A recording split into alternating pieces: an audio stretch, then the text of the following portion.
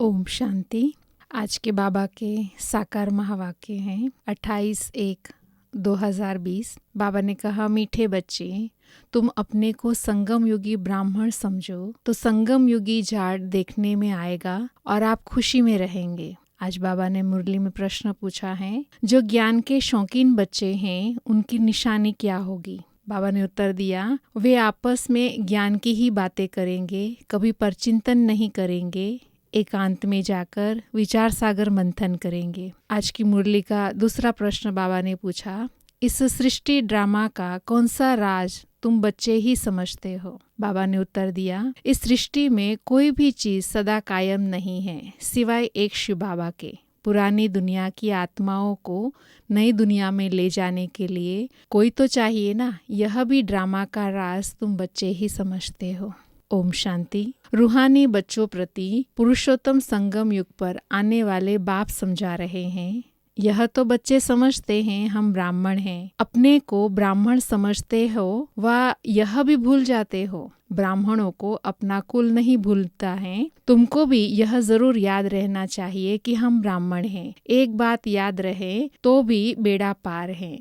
संगम पर तुम नई नई बातें सुनते हो तो उनका चिंतन चलना चाहिए, जिसको विचार सागर मंथन कहा जाता है। तुम हो रूप बसंत, तुम्हारी आत्मा में सारा ज्ञान भरा हुआ है। अपने को समझना है हम संगम युगी ब्राह्मण हैं। कोई तो यह भी समझते नहीं है। अगर अपने को संगम युगी समझते तो सतयुग के जाड़ देखने में आए और अथा खुशी भी रहे। बाबा जो समझाते हैं वह अंदर रिपीट होना चाहिए। हम संगम युग पर हैं, यह भी तुम्हारे सिवाय और कोई तो पता नहीं है। संगम युग की पढ़ाई टाइम भी लेती है। यह एक ही पढ़ाई है, नर से नारायण, नरकवासी से स्वर्गवासी बनने की। यह याद रहने से भी खुशी रहेगी। हम सो देवता स्वर्गवासी बन रहे हैं, संगम युग वासी होंगे तब तो स्वर्गवासी बनेंगे। आगे नरकवासी थे तो बिल्कुल ही गंदी अवस्था थी, गंदे काम करते थे।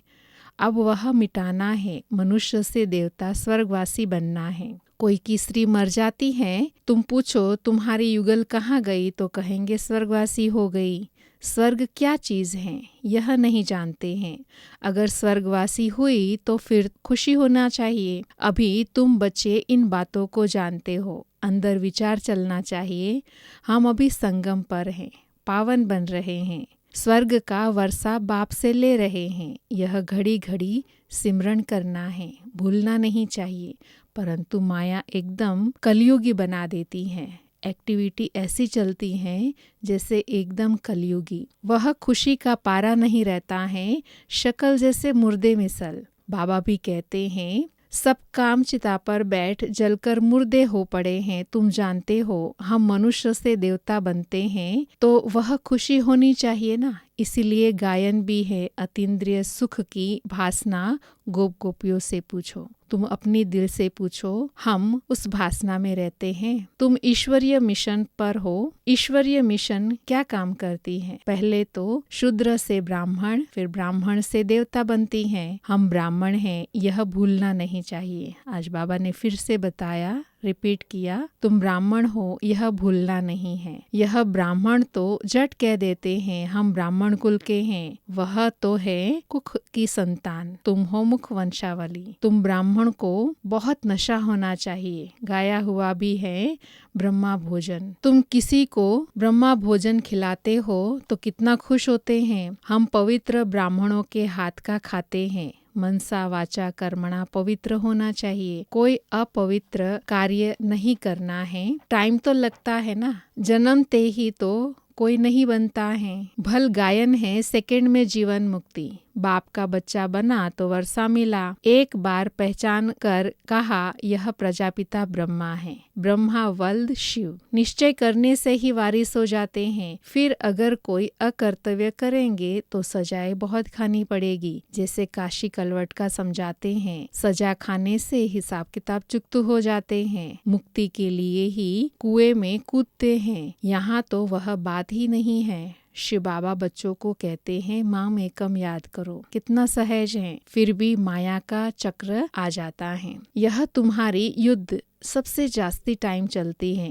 बाहुबल की युद्ध इतना समय नहीं चलती है। तुम तो जब से आए हो युद्ध शुरू है। पुरानों से कितनी युद्ध चलती है, नए जो आएंगे उनसे भी चलेगी। अर्थात सबके सामने माया आती है। उस लड़ाई में भी मरते हैं रहते हैं, दूसरे शामिल होते रहते हैं। यहाँ भी मरते हैं, वृद्धि को पाते रहते हैं। जाड़ बड़ा तो होना ही है। बाप मीठे मीठे बच्चों को समझाते हैं, यह याद रहना चाहिए वह बाप भी है, सुप्रीम टीचर भी है और सतगुरु भी है। कृष्ण को तो सतगुरु बाप टीचर नहीं कहेंगे। तुम सबका कल्याण करने का शौक होना चाहिए। महारथी बच्चे सर्विस पर रहते हैं, उन्हों को तो बहुत खुशी रहती है। जहाँ से निमंत्रण मिलता है भागते हैं। प्रदर्शनी सर्विस कमेटी में भी अच्छे अच्छे बच्चे चुने जाते हैं। उन्हों को डायरेक्शन मिलते हैं, सर्विस करते रहें तो कहेंगे ईश्वरीय मिशन के अच्छे बच्चे हैं। बाप भी खुश होगा ना। यह तो बहुत अच्छी सर्विस करते हैं। अपने दिल से पूछना चाहिए, हम सर्विस करते हैं? कहते हैं on godly service. God father की सर्विस क्या है? बस सबको यही पैगाम दो, मनमना भव।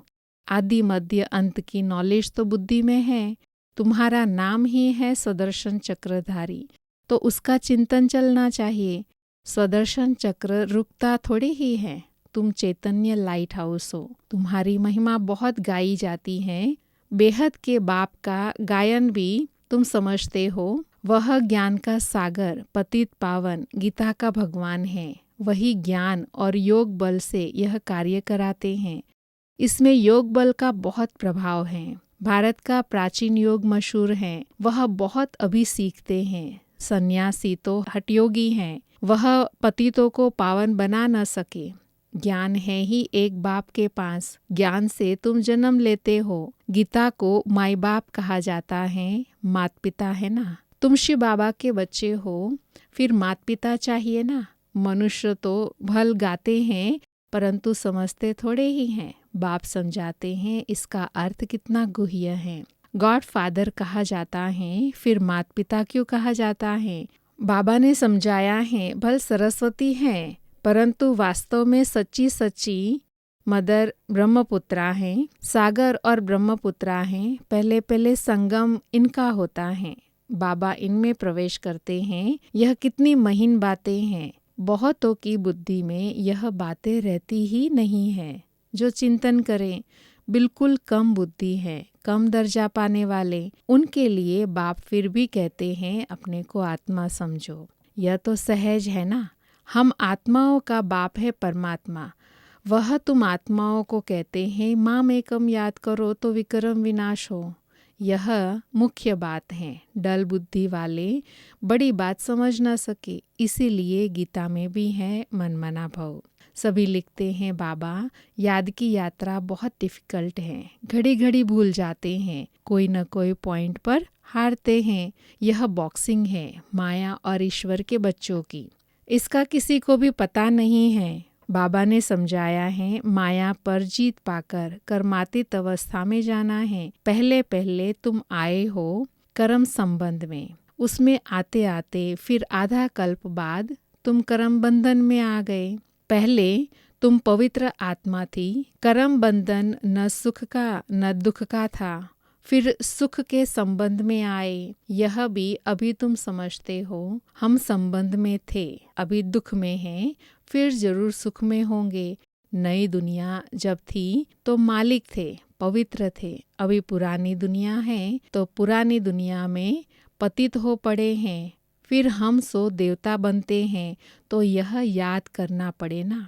बाबा कहते हैं मुझे याद करो तो तुम्हारे पाप मिट जाए, तुम घर में आ जाएंगे, वाया शांतिधाम सुखधाम में आ जाएंगे। पहले पहले जाना है घर। बाबा कहते हैं मुझे याद करो तो तुम पवित्र बनेंगे। मैं पतित पावन तुमको पवित्र बना रहा हूँ। घर आने लिए ऐसे ऐसे अपने से बातें करनी होती है। बरोबर अभी चक्र पूरा होता है। हमने इतने जन्म लिए, अब बाप आए हैं पतित से पावन बनाने। योग बल से ही पावन बनेंगे। यह योग बल बहुत नामी ग्रामी है, जो बाप ही सिखलाते हैं। इसमें शरीर से कुछ भी करने की दरकार नहीं है। तो सारा दिन इन बातों का मंथन चलना चाहिए। एकांत में कहाँ भी बैठो अथवा जाओ, बुद्धि में यही चलता रहे।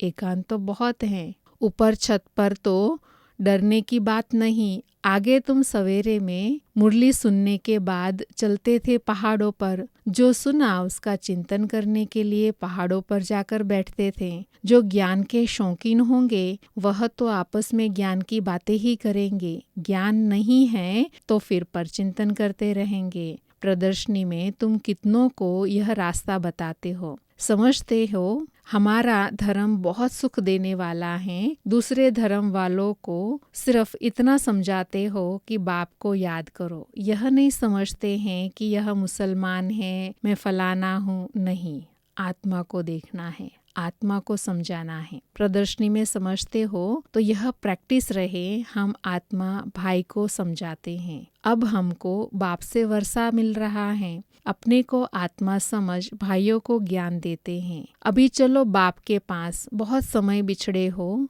वह शांति धाम। यहाँ तो कितना अशांति दुख आदि है। अब बाबा कहते हैं अपने को आत्मा समझने की प्रैक्टिस डालो तो नाम रूप देह सब भूल जाए। फलाना मुसलमान है ऐसा क्यों समझते हो, आत्मा समझकर समझाओ। समझ सकते हैं यह आत्मा अच्छी है या बुरी। आत्मा के लिए ही कहा जाता है बुरे से दूर भागना चाहिए। अभी तुम बेहद के बाप के बच्चे हो। यहाँ पार्ट बजाया, अब फिर वापस चलना है, पवित्र बनना है। बाप को जरूर याद करना पड़े। पावन बनेंगे तो पावन दुनिया के मालिक बनेंगे। जबान से प्रतिज्ञा करनी होती है। बाबा भी कहते हैं प्रतिज्ञा करो। बाप युक्ति तो बताते हैं कि तुम आत्मा भाई भाई हो, फिर शरीर में आते हो तो भाई बहन हो। भाई बहन कभी विकार में जा नहीं सकते। पवित्र बन और बाप को याद करने से तुम विश्व के मालिक बन जाएंगे। समझाया जाता है माया से हारे फिर उठ खड़े हो जाओ। जितना खड़े होंगे उतनी प्राप्ति होगी। ना अर्थात घाटा और जमा होता है। आधा कल्प जमा फिर रावण राज्य में ना हो जाता है, अर्थात घाटा हो जाता है। हिसाब है ना। जीत अर्थात जमा, हार अर्थात ना। तो अपनी पूरी जांच करनी चाहिए। बाप को याद करने से बच्चों को खुशी होगी। वह तो सिर्फ गायन करते हैं, समझते कुछ नहीं है। बेसमझी से सब कुछ करते हैं। तुम तो पूजा आदि करते नहीं हो, बाकी गायन तो करेंगे ना। उस एक बाप का गायन है अव्यभिचारी। बाप आकर तुम बच्चों को आपे ही पढ़ाते हैं। तुम्हें कुछ प्रश्न पूछने की दरकार नहीं है। चक्र स्मृति में रहना चाहिए। समझाना चाहिए कैसे हम माया पर जीत पाते हैं और फिर हार खाते हैं। बाबा समझाते हैं हार खाने से 100 गुना दंड पड़ जाएगा। बाबा कहते हैं गुरु की निंदा नहीं कराओ, नहीं तो ठौर नहीं पाएंगे। यह सत्यनारायण की कथा है, इसको कोई नहीं जानते हैं। गीता अलग, सत्यनारायण की कथा अलग कर दी है। नर से नारायण बनने के लिए यह गीता है। बाबा कहते हैं हम तुमको नर से नारायण बनने की कथा सुनाता हूँ। इसको गीता भी कहते हैं, अमरनाथ की कथा भी कहते हैं। तीसरा नेत्र बाप ही देते हैं। यह भी जानते हो हम देवता बनते हैं तो देवी गुण भी जरूर होना चाहिए। इस सृष्टि में कोई भी चीज सदा कायम है नहीं। सदा कायम तो एक शिव बाबा ही है, बाकी तो सब नीचे आना ही है। परंतु वह भी संगम पर आते हैं, सभी को वापस ले जाते हैं। पुरानी दुनिया की आत्माओं को नई दुनिया में ले जाने के लिए कोई तो चाहिए ना। तो ड्रामा के अंदर यह सब राज है। बाबा आकर पवित्र बनाते हैं। कोई भी देहधारी को भगवान नहीं कहा जाता। इस समय बाप समझाते हैं आत्मा के पंख टूटे हुए हैं तो उड़ नहीं सकते हैं। बाप आकर ज्ञान और योग के पंख देते हैं। योग बल से तुम्हारे पाप भस्म हो जाएंगे, पुण्य आत्मा बन जाएंगे। पहले पहले तो मेहनत भी करनी चाहिए। इसीलिए बाबा कहते हैं माम एकम याद करो, चार्ट रखो। जितना चार्ट अच्छा होगा वह लिखेंगे और उनको खुशी होगी। अभी सभी मेहनत करते हैं, चार्ट नहीं लिखते तो योग का जौहर नहीं भरता। चार्ट लिखने में फ़ायदा है बहुत। चार्ट के साथ साथ पॉइंट्स भी चाहिए। चार्ट में तो दोनों लिखेंगे, सर्विस कितनी की और याद कितना किया। पुरुषार्थ ऐसा करना है जो पिछाड़ी में कोई भी चीज़ याद न आए, अपने को आत्मा समझ पुण्य आत्मा बन जाए, यह मेहनत करनी है। अच्छा, मीठे मीठे सिकिलदे बच्चों प्रति माता पिता बाप दादा को याद प्यार, गुड मॉर्निंग और नमस्ते। रूहानी बाप की रूहानी बच्चों को नमस्ते। हम रूहानी बच्चों की रूहानी माता पिता बाप दादा को याद प्यार, गुड मॉर्निंग और नमस्ते।